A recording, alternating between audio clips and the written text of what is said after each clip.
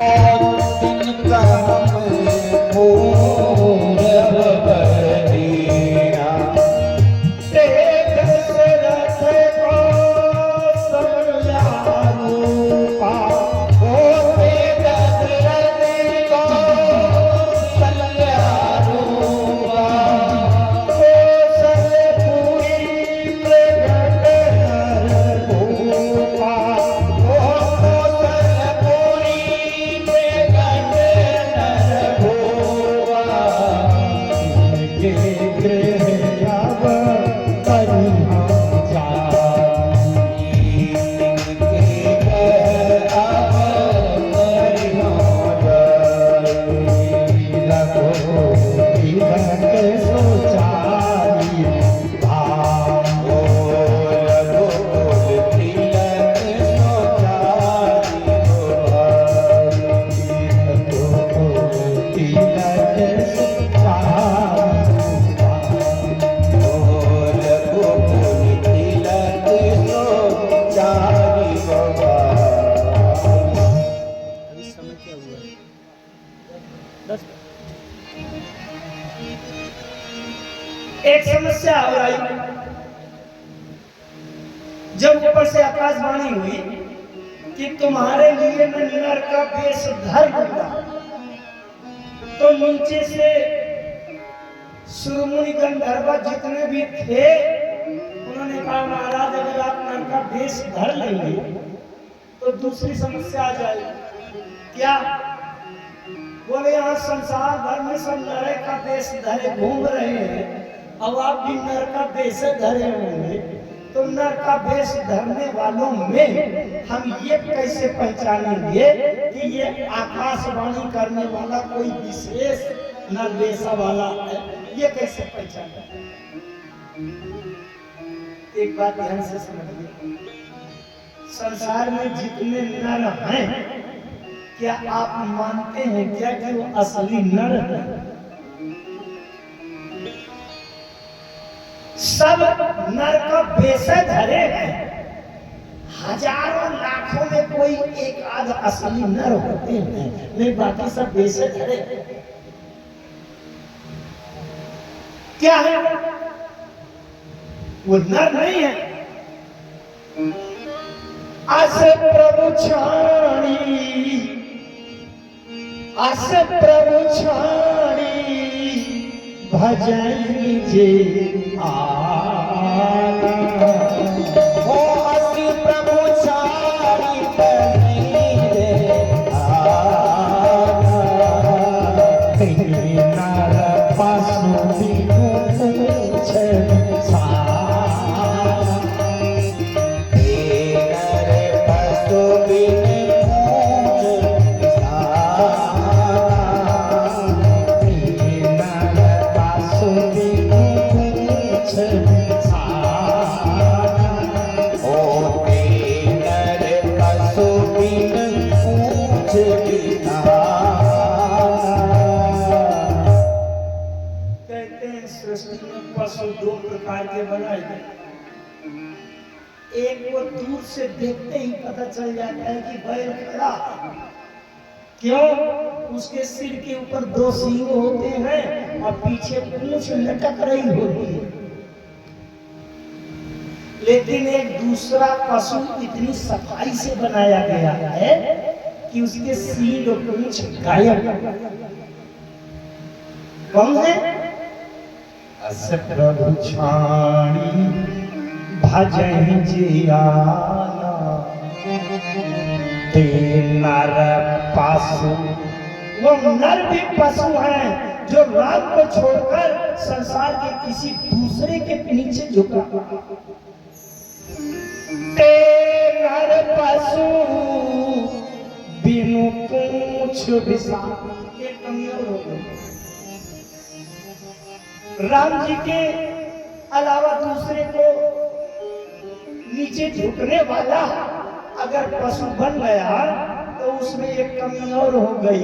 अगर पशु बनना था तो सींग पूंछ न कटे होते, गायब न होते तो अच्छी खासी कीमत मिलती।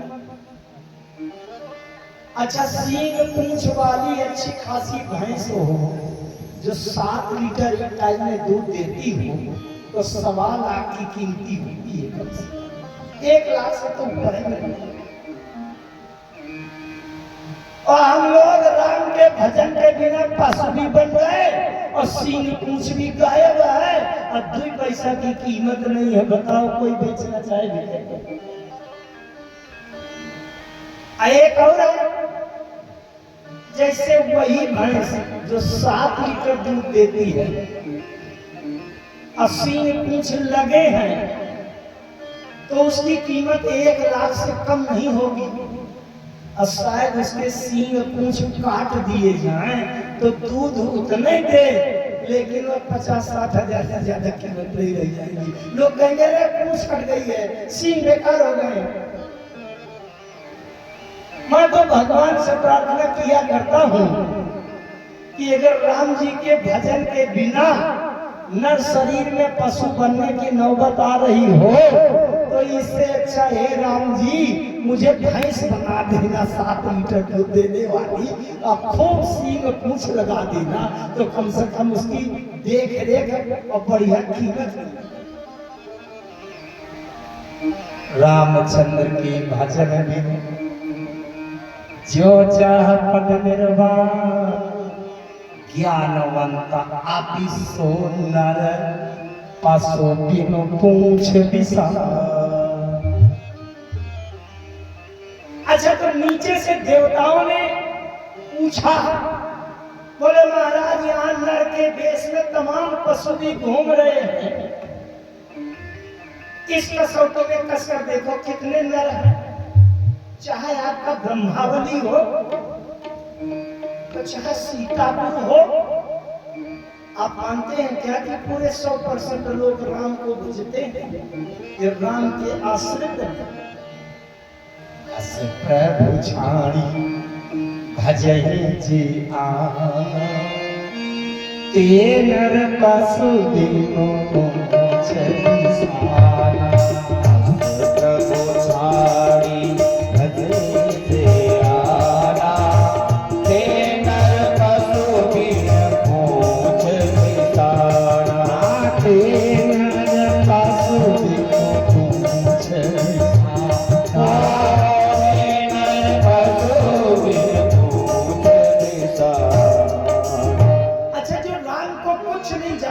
मानते ना कोई लगा।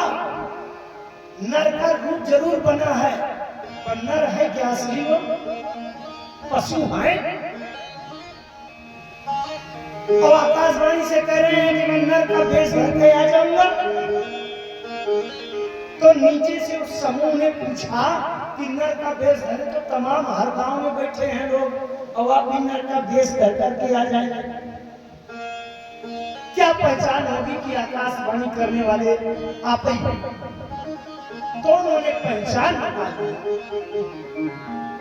कश्यप महातप की तिन कहा मैं पूरा परवीना, ते दशरथ कौशल्या रूपा, ते दशरथ कौशल्या रूपा, ते दशरथ कौशल्या रूपा, कौशलपुरी प्रगट रूपा। ओ कौशलपुरी प्रगट रूपा, जिनके ग्रह अवतरी हम जाई, जिनके ग्रह अवतरी हम जाई, अनुकूल दिलक सोचा भीम पाई, रघुकुल तिलक सोचारी भाई, अनुकूल दिलक सोचा भीम पाई। रघुकुल तिलक सोचारी भाई, रघुकुल तिलक सोचारी भाई। आकाशवाणी में पहचान बता दिया अयोध्या में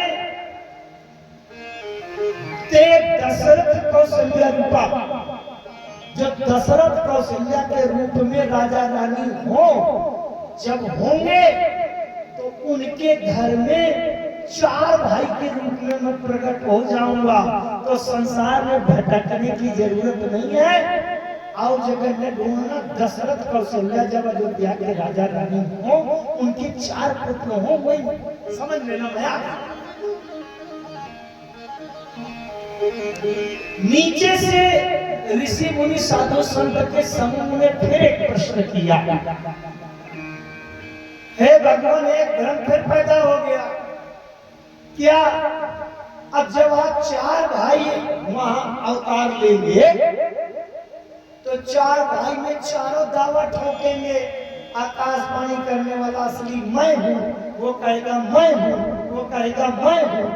तो उन 4 में असली वाला, आकाशवाणी वाला कौन है, ये हम कैसे पहचानें?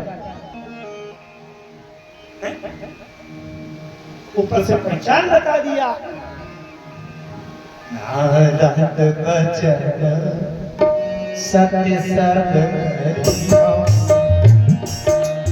बचन सब करियो। नारद बचन सत्य सब करियो, नारद बचन सत्य सब करियो। परम सती समेत राम करियो, परम सती समेत अवतरियो। नारद बचन सत्य करियो, नारद बचन सत्य सब करियो। नारद बचन सत्य सब करियो। अब नारद बचन की याद दिला दो जरा सा, कृष्ण में नहीं बोलूंगा। नारद बचन क्या है? नारद जी ने भगवान श्री हरि को 3 श्राप दिए थे। पहला श्राप दिया था कि बंचो मुहि जवनि धरि देहा, सोइतन धरो श्राप मुनि, मनुष्य के राजा बने। दूसरा श्राप दिया, कपियाकृत तुम कीन हमारी, अकरी है कीस सहाय तुम्हारी। और तीसरा श्राप दिया, मम अपकार कीन तुम्हारी।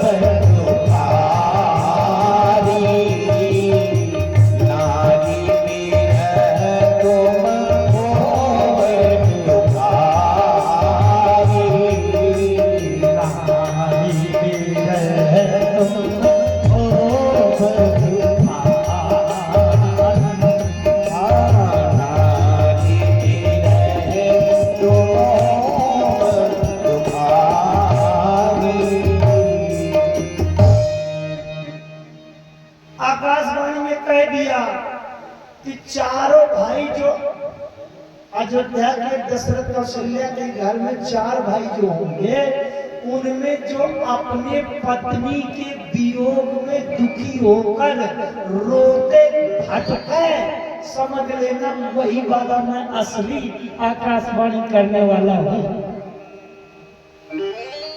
ना तो लक्ष्मण अपनी पत्नी के विरह में रोए, न भरत जी को कोई दुख हुआ, न शत्रुघ्न जी तड़पे। इसलिए तो हनुमान जी ने पहचान लिया था किसके ना काटना। जब राम जी ने कहा कौशल्या से दशरथ के जाए,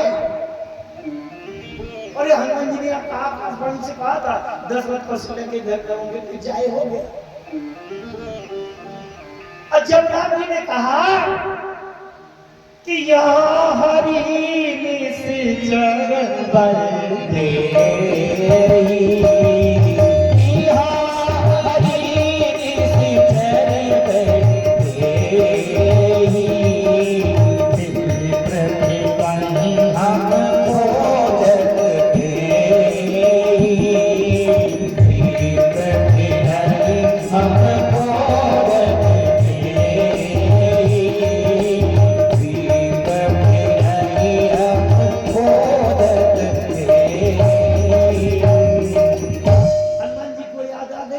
आकाशवाणी में कहा था कि जो अपनी पत्नी के वियोग में विरह में दुखी होकर रोते आंसू बहाते घूमे वही मैं हूँ। आकाशवाणी वाला हनुमान जी तुरंत क्या करते हैं,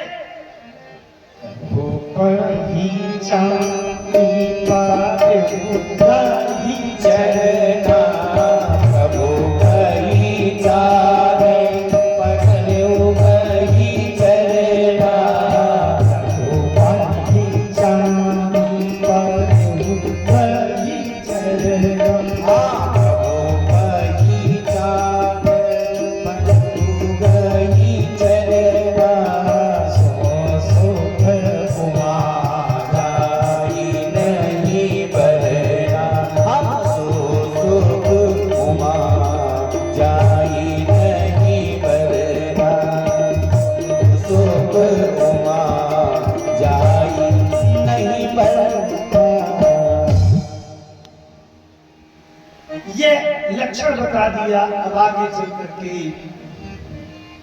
समय आ गया, जोग लगन ग्रहवार तिथि सकल भयन को।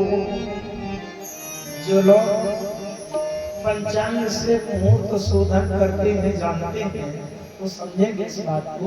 कभी कभी कोई ऐसे कार्य शुभ कार्य के लिए कोई मुहूर्त देखना होता है तो जिसमें महीना बने, तिथि बने, नक्षत्र बने, दिन बने, सब कुछ उसकी शर्तें होती है कि गुरुवार को हो, ये तिथि हो, वो मुहूर्त नक्षत्र हो। तो कभी कभी साल भर के पंचांग देख डालो मुहूर्त नहीं बनता।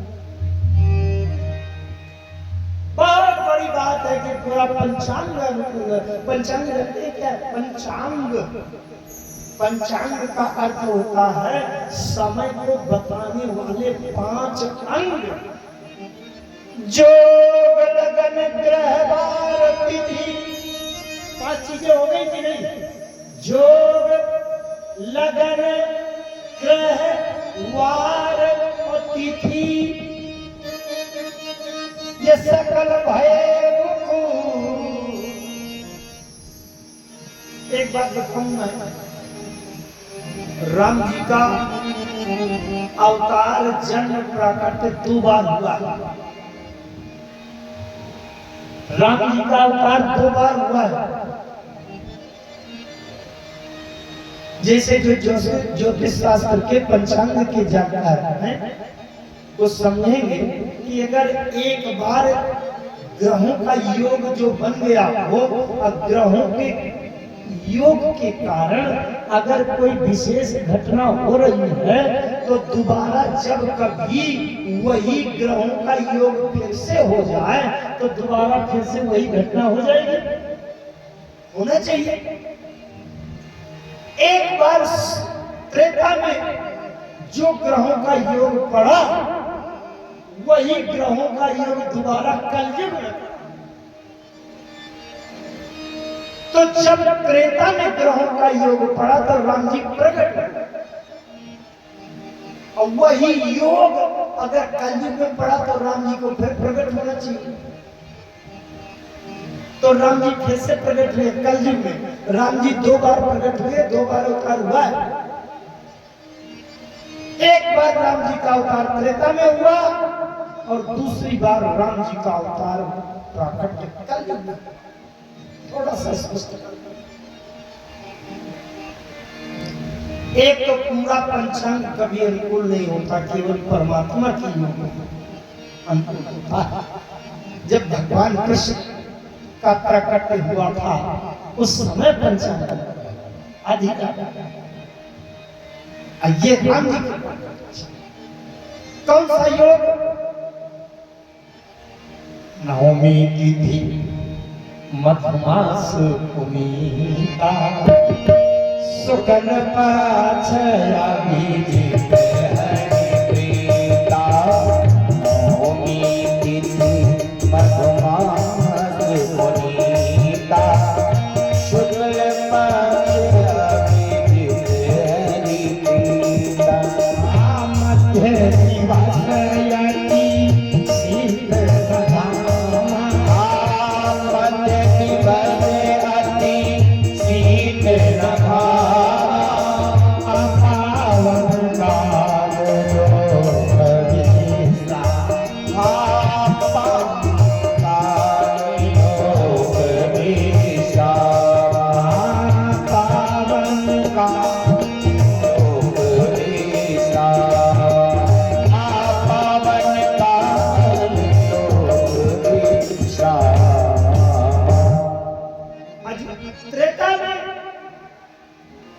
चैत्र का महीना शुक्ल पक्ष नवमी तिथि मंगलवार, ये जब सब अनुकूल हो गया तो राम जी का जन्म हो गया।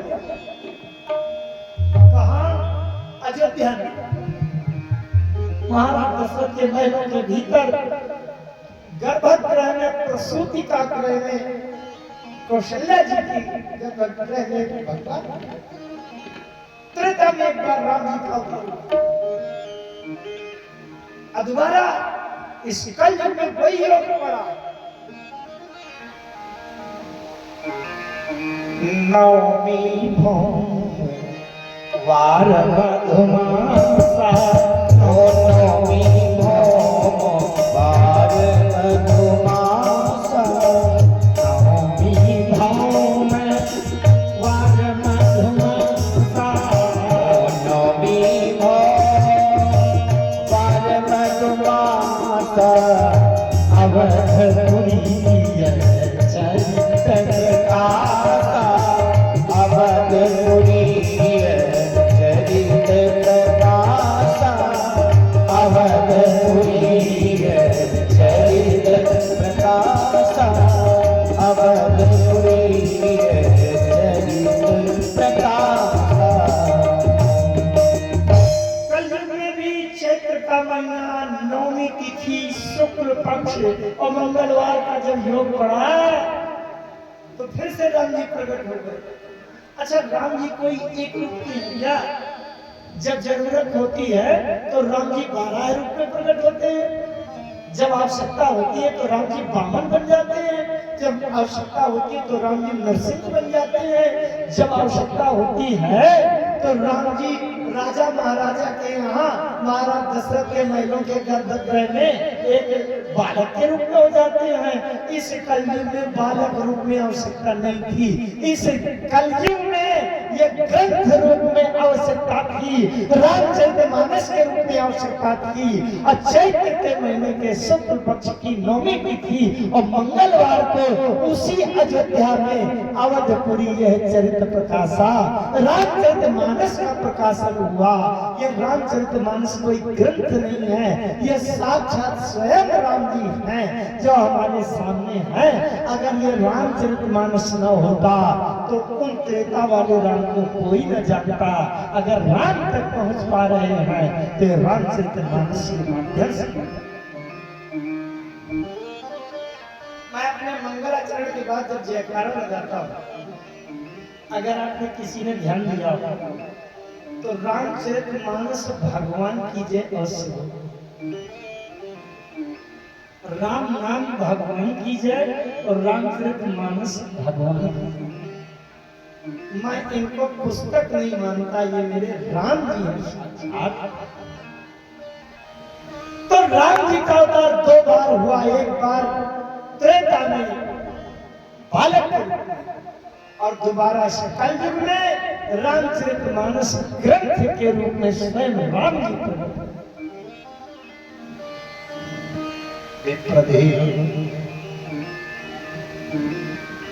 जब सब देवता जगनिवास प्रभु प्रगटे, आखिर लोक विश्राम, सुर समूह विनती करी, पहुँचे निज निज धाम। जगनिवास प्रभु प्रगटे, आखिर लोक विश्राम। थोड़ी 2-4 बातें कर लूं, उसके बाद भय प्रकट के पाला दीन दयाला कौशल्याधिकारी। लेकिन निज आयुध भुजचारी, भूषण बनमाला, नयन विशाला, शोभा सिंधु खराही। ध्यान से सुनो माताओं देवियों, राम जी जब कौशल्या जी के सामने गर्भगृह में प्रकट हो गए तो कैसे थे? 4 भुजाएं थी। निज आयुध भुजचारी, चारों भुजाओं में हथियार अस्त्र शस्त्र लिए थे, शंख चक्र गदा पद्म लिए थे।